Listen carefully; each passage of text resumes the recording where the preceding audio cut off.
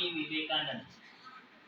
स्वामी विवेकानंद भारत के बहुत बड़े धार्मिक विचारक हुए। ठीक है। जब ये एक बार घूमते हुए अमेरिका गए तो अमेरिका में परेशान होकर एक घर के बाहर लगे एक टेबल पर सो रहे थे। इनके पास कुछ भी नहीं था, लेकिन ज्ञान का बहुत बड़ा भंडार था। ये जीवन में अपने साथ हरदम क्या रखते थे? गीता नाम की पुस्तक रखते थे। ठीक है। गीता को पढ़ते थे और गीता का उपदेश लोगों को सुनाते थे। 1893 में अमेरिका की शिकागो शहर में एक विश्व धर्म सभा का आयोजन किया। ठीक है। विश्व धर्म सभा का जब आयोजन किया गया तो वहाँ पर दुनिया भर के सभी धर्मों को मानने वाले अपने अपने धर्म की पुस्तकें लेकर के आए और उस पर चर्चा होने वाली थी। जब ये खाली बेंच पर सो रहे थे तो वहाँ रहने वाली किसी महिला ने इन्हें देखा और इन्हें उठाया और अपने घर पर ले गई और भोजन कराया। ठीक है। और इन्हें कहा कि आप इतने बड़े ज्ञानी हैं तो आप यहाँ क्यों घूम रहे हैं? तो इन्होंने अपने पति से कहा और इनके बारे में बताया। जब चर्चा हुई तो लगा कि वास्तव में विवेकानंद जी बहुत बड़े तर्कशील और ज्ञानी व्यक्ति हैं। तो इन्हें सुझाव दिया कि हमारे शहर में एक विश्व धर्म सभा का आयोजन हो रहा है, कृपया आप वहाँ जाएं और अपने बारे में जो आपका ज्ञान है उसे दुनिया को बताएं, जिससे भारत की संस्कृति का लोगों को पता चले।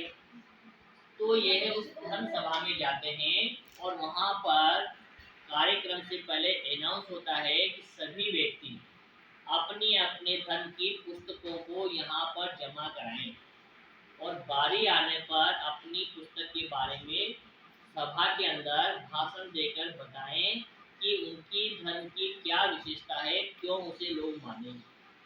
ठीक है। तो आपके स्वामी विवेकानंद जी जाते हैं और सबसे पहले अपनी पुस्तक जो गीता उनके पास होती है एक टेबल पर रख देते हैं।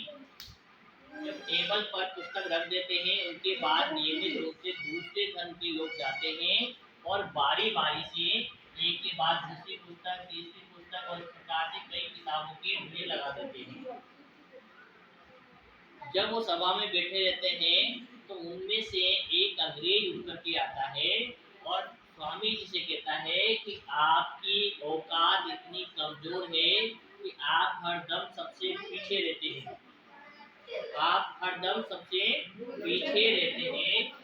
आप ज्ञान में भी पीछे थे और आपकी जो पुस्तक है वो सबसे नीचे रखी गई है और जिसके ऊपर सभी धर्म ग्रंथ रखे गए हैं। मतलब आपका ज्ञान सबसे कमजोर है।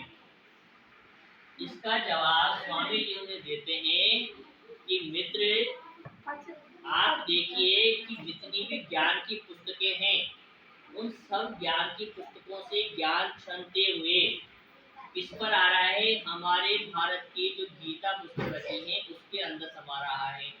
और यदि मैं अपनी इस पुस्तक को हटा लेता हूँ तो आपकी सभी धार्मिक पुस्तकें जमीन पर गिर जाएगी। तो सबका ज्ञान का जो बोझ है मेरी पुस्तक ने उठा रखा है, इसलिए मेरा ज्ञान आप सबके ज्ञान से महान है।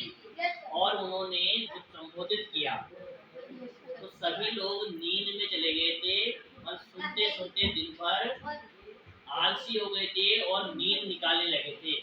जैसे ही विवेकानंद का नंबर आया तो उन्होंने मंच पकड़ा और माइक पर सबसे पहला संबोधन जो किया वो क्या किया? My dear brother and sister, my dear brother and sister, मेरे बहनों और भाइयों। ऐसा संबोधन वहाँ कभी किसी ने नहीं सुना था, क्योंकि वहाँ के लोग लेडीज एंड जेंट्स के नाम से ही संबोधित करते हैं।